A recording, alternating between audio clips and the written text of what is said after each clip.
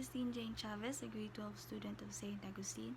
Now I'm going to enumerate and explain the 4 basic approaches to management. So the first one is the quantitative approach.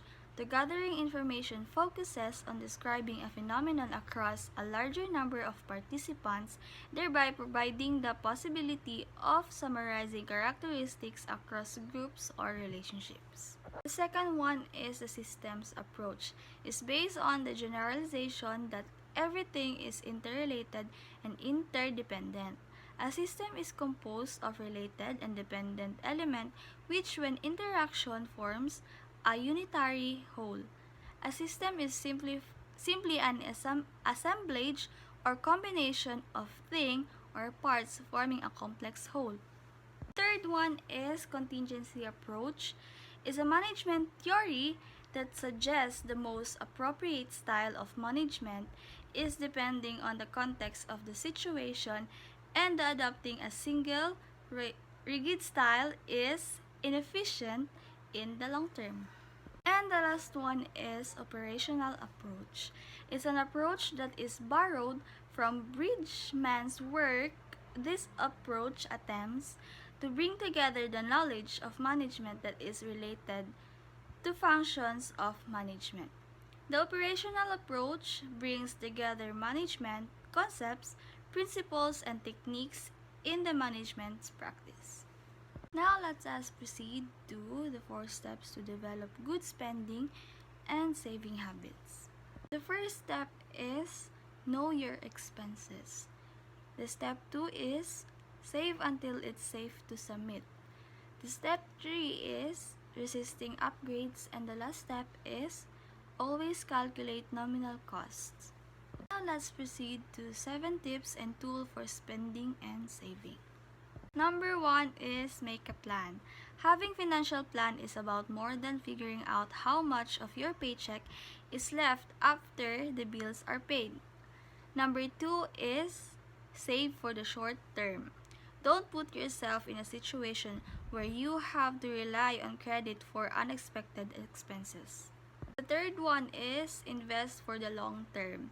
Saving for retirement should be another top priority. And the number 4 is use credit wisely.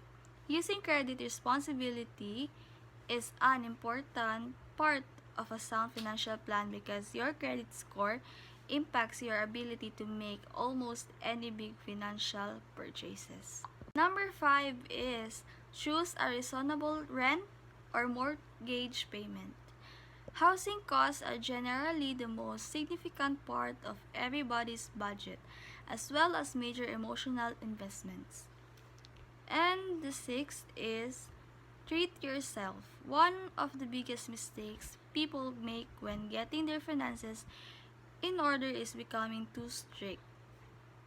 The last one, number 7, is never stop learning. The world of finance is complicated, but money is a necessary part of life. So, here's the 5 personal finance best practices. Number 1 is budget before you spend. We've all been there. The money comes in, but at the end of the month, we're not sure where the money went. Number 2 is track spending.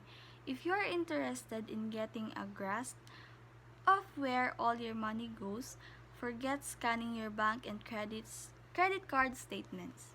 Number 3 is move your credit card balance. Nothing throws financial viability into a tailspin quite like unsecured credit card debt. It doesn't even need to be an enormous debt amount to put a stranglehold on a budget and destroy what personal finance savings you've accumulated. Number 4 is realize the difference between price and value.